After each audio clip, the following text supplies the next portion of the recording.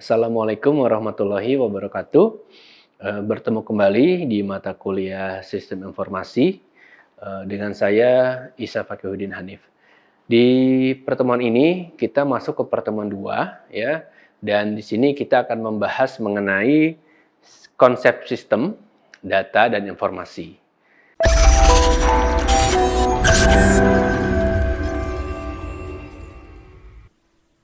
Sistem itu apa sih gitu ya? Kita mungkin sering mendengar kata-kata sistem ya, namun apakah kita tahu arti dari sistem itu sendiri? Nah, di sini menurut Sutarman ya, sistem adalah kumpulan elemen yang saling berhubungan ya dan berinteraksi dalam satu kesatuan untuk menjalankan suatu proses pencapaian satu tujuan yang sama. Ya, jadi kita bisa melihat ya dari pengertian ini bahwa sistem itu adalah kumpulan elemen-elemen ya. Tentunya di sini elemen ini ada beberapa ya yang saling berhubungan ya. Jadi elemen A, B, C, D ya, dia saling berinteraksi, saling berkomunikasi untuk mencapai tujuannya. Tujuannya itu apa? Ya bisa mencapai sebuah visi misi yang sudah direncanakan dari awal, atau tujuannya bisa menjadi bagian dari entitas yang lebih besar ya, atau mengembangkan dari apa yang menjadi tujuan mereka. Ya itulah yang disebut dengan sistem. Ya, jadi memang bisa dikatakan kompleks sekali ya kalau kita bicara atau membahas mengenai sistem ini. Nah, selanjutnya itu apa saja komponen sistem informasi ya. Jadi sistem informasi ini ada beberapa komponen yang harus kita pahami ya. Terlebih lagi kita mengambil mata kuliah sistem informasi ya, dan kita pun juga mengambil jurusan teknik informatika. Nah, ini ada beberapa ya komponen dalam sistem informasi. Yang pertama ada perangkat keras. Nah, perangkat keras di sini ada hardware. Ya mungkin teman-teman sering melihat ya hardware seperti CPU ya, atau alat-alat pendukung yang berkaitan dengan menunjang proses kerja manusia ya. Banyak ya, hardware itu banyak. Bisa kamera ya, handphone, laptop segala macam itu bisa dikatakan hardware. Inilah perangkat keras. Nah, ini bisa menjadi komponen sistem informasi karena dia mendukung mendukung terlaksananya sistem informasi ini menjadi lebih stabil, lebih kuat ya seperti itu, dan lebih konsisten. Nah, selain perangkat keras, ada perangkat lunak. Nah, ini penting.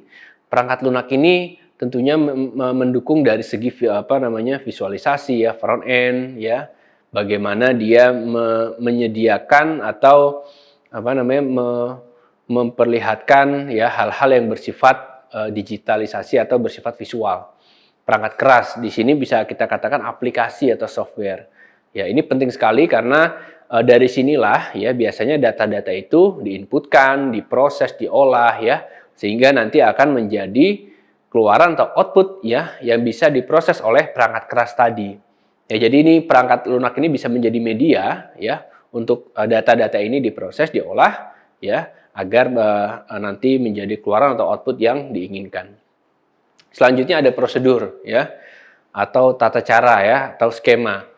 Prosedur ini penting dalam sistem informasi karena tanpa prosedur ya sistem informasi ini seperti kehilangan arah. Dia tidak tahu mau bagaimana ya, tidak ada arahan, tidak ada ketentuan ya. Jadi bingung seperti itu. Jadi harus ada prosedur untuk dalam menjalankan sistem informasi. Lalu komponen lainnya ada jaringan komputer dan komunikasi data. Nah, ini penting juga ya. Yang tadi saya katakan jaringan komputer berkaitan dengan apa? Dengan perangkat keras ya, dengan perangkat lunak ya. Jaringan komputer tanpa jaringan ya perangkat keras bagaimana ya mau bekerja, bagaimana mau saling berkomunikasi perangkat lunak perangkat keras ini ya, dan juga tanpa komunikasi data bagaimana kita memproses data-data itu. Nah, seperti itu. Lalu selanjutnya itu ada komponen basis data ya, atau kita bisa sebut database. Inilah pusat di mana data-data itu dikumpulkan, dikelola ya, disimpan ya, lalu bisa diambil kembali ya, bisa diproses lagi untuk selanjutnya. Nah, ini penting basis data ini. Tempat kumpulan-kumpulan data-data ya, tentunya yang akan nanti ke depannya bila mana bila mana proses atau implementasi sistem informasi ini berjalan, data-data itu bisa sebagai pendukung ya, sebagai pengingat support ya untuk tadi berjalannya sistem informasi itu dengan baik ke depannya. Lalu yang terakhir ada komponen orang. Nah, inilah dia. Orang di sini penting karena orang di sini menjadi dalam tanda kutip operator, pelaksana yang akan menjalankan keseluruhan ya dari komponen-komponen lainnya. Perangkat keras tanpa hardware, tanpa orang ya sulit dioperasikannya. Perangkat lunak juga sama, tanpa orang ya sulit dijalankannya, tanpa user. Pemakainya siapa ya? Prosedur ya, tanpa dibuat gitu bagaimana kita memulainya gitu. Nah, peran orang atau user di sini itu menjadi kunci ya terlaksananya sistem informasi ini dengan baik dan lancar. Sistem itu punya batasan, rekan-rekan semua ya. Kenapa ada batasan? Supaya tidak keluar dari apa yang telah diolah, apa yang telah direncanakan. Ya, jadi dari batasan inilah ya sistem ini dapat fokus kepada apa tujuannya ya, apa yang menjadi visi misinya dan lain sebagainya. Nah, ini kalau rekan-rekan lihat ya di samping saya nih ada gambar ya di mana tengah-tengah itu kita gambarkan seolah-olah sistem ya, lalu dikelilingi oleh lingkungan. Nah, itulah batasan sistem itu, hanya sebatas lingkaran itu. Nah, di luar itu ya ada lingkungan itu yang dia mengelilingi sistem itu. Nah, itulah kenapa perlu adanya batasan supaya sistem ini fokus ya, terpusat dan tidak keluar dari apa yang sudah ditentukan. Di sini ada subsistem ya versus supersistem. Ini penting dalam implementasi sistem. Ya, di sini ada diagram ya, ada kerangka ya. Di atas itu ada sistem X ya. Sistem X ini bisa dikatakan sebagai sistem pusatnya atau intinya. Ya, lalu di bawahnya ada subsistem A, subsistem B, dan C. Nah, subsistem ini dia langsung di bawah supersistem ini atau sistem inti ini.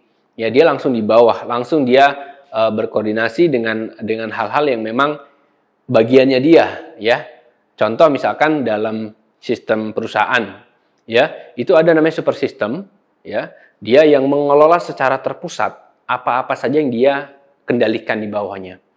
Ya, jadi misalkan dalam satu perusahaan, supersistem ini berdiri ya. Lalu di bawahnya itu ada divisi-divisi.